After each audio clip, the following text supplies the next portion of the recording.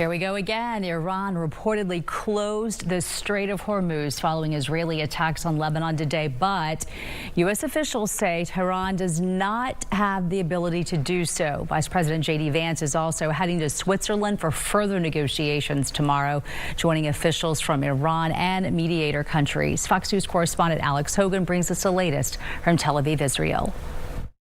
Following President Trump's signing of the Memorandum of Understanding in the Palace of Versailles, the Iran peace deal remains shaky with reported attacks between Israel and Hezbollah.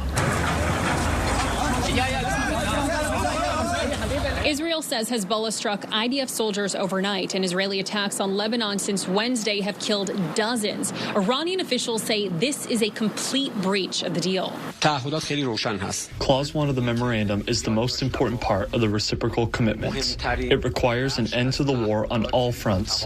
We have seen that they have failed to fulfill their obligations, and this constitutes a clear violation of the ceasefire memorandum. Iran says it closed the Strait of Hormuz on Saturday because of Israel's attacks, although a senior U.S. defense official tells Fox the IRGC can't close the waterway since they don't control it.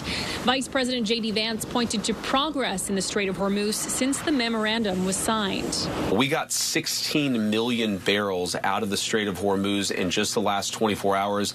That is basically to where it was before the war even started. Despite the back and forth, Friday's scheduled talks in Switzerland have been postponed to Sunday. Vance says U.S. negotiators Jared Kushner and Steve Witkoff are already there. I expect that I will leave sometime the next couple of days. My attitude is let's get on the ground and actually fix these problems. Iran confirmed it will send representatives to the talks. Mediators from Qatar and Pakistan are also expected to attend. In Tel Aviv, Israel, Alex Hogan, Fox News.